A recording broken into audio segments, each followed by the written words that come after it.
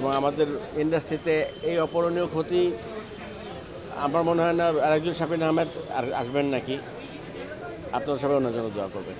শাফিন ভাইকে নিয়ে যত স্মৃতি আছে সবই ভালো, সবই সুন্দর এবং ওনার সাথে কাজেরও আমার যা যা অভিজ্ঞতা আছে সবই খুবই ভালো। আসলে অনেক কিছু শেখার আছে, ওনারা তো এত বড় তো কেউ এমনি হয় না। এখন শেষ দেখা দেখলাম আজকে, এভাবে দেখব এটা তো আসলেই ভাবার মতো না। বা কখনো কোনো রেয়ার ছবি শাফিন ভাইয়ের বা ম্যামের, ওনার মায়ের যদি পাই, কখনো ওনাকে দিয়েছি, মানে খুবই খুবই উনি তো আসলে একজন মানে কি বলবো লেজেন্ড আর্টিস্ট, বাট খুবই মানে আমি বলবো জেন্টলম্যান। তো ওনার সাথে কথা বলেও অনেক কিছু জানা যায়, ওনার সাথে কাজ করে অনেক কিছু শেখা যায় এবং শিখেছি, জেনেছি। শাফিন ভাইয়ের মূল্যায়ন কিন্তু সেরকমভাবে হয়নি যেরকমভাবে হওয়া উচিত ছিল। যে এখন যেমন তাকে নিয়ে চর্চা হচ্ছে, আমরা সবাই তার কথা বলছি, তার গানগুলো শুনলেই আমরা বুঝি যে আসলে তিনি কত বড় মাপের একজন শিল্পী ছিলেন।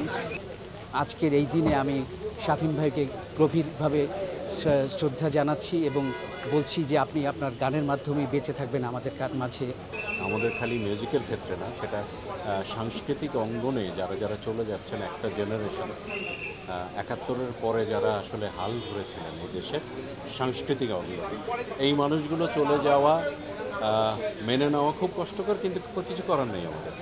শাফিন আহমেদ ভাই সেই অতুলনীয় মানুষ যিনি অসাধারণ বেস বাজিয়ে অসাধারণ গান গাইতে পারতেন, এত হাই পিচে। এবং যেটা বলছিলাম যে বাংলাদেশে brand ambassador, fashion brand ambassador যদি বলি, সেটা শাফিন ভাইকে করা হয়েছিল। উনি অনেকগুলো ব্র্যান্ডের, ফ্যাশন ব্র্যান্ডের উনি ব্র্যান্ড আইকন ছিলেন। তিনি খুব মেটিকুলাস ছিলেন, খুব পার্টিকুলার ছিলেন, কাজ করার বেলায় একেবারে খুব স্পেসিফিক ছিলেন। সো আমাদের জন্য এটা একটা অপূরণীয় ক্ষতি, তার মতন মানুষকে এত অল্প সময়ে হারানো। আমরা যারা ৯০-এর দশকে বড় হয়েছি, আমরা যারা গান করছি, রক মিউজিক করছি, আমাদের জন্য আসলে শাফিন আহমেদ একজন মানে আদর্শ। মানে বাচ্চু ভাই, জেমস ভাই থেকে শুরু করে শাফিন ভাই, ওনাদের গান শুনি তো আমরা গান গাই। তো এই চলে যাওয়াগুলি আসলে খুবই মানে এটা অপূরণীয় ক্ষতি। পারফেকশনিস্ট ছিলেন, এত বড় শিল্পী হয়েও কখনো শিল্পের সাথে কোনো কম্প্রোমাইজ করেন নাই, যেটা আমাদের জন্য শেখার। মানে বিশাল বড় ক্ষতিটা অপূরণীয়, এটাকে পূরণ করা যাবে না।